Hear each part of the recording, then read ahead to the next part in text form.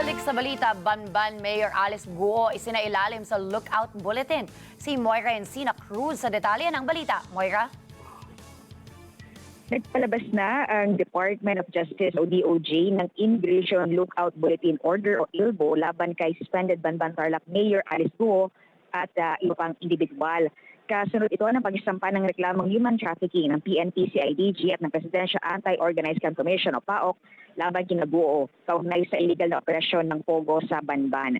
Sinabi ng Bureau of Immigration na ipinapatupadan nito ang ILBO laban kina Guo matapos na matanggap ang 3 pahinang kautusan mula sa DOJ na may petsang June 21. Alinsunod sa ILBO ay dapat na ipagbigay alam ng BI sa DOJ kung aalis ng bansa si Guo. Nakasaad din sa kautusan na maghahain ng precautionary hold departure order laban sa mga respondent.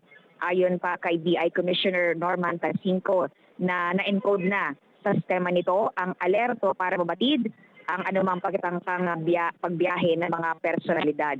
Ang ILBO ay pinapalabas ng DOJ para mamonitor ang pagbiyahe o itineraries sa mga subject o alamin kung may mga pending na arrest order o may mga paglabag ang mga ito.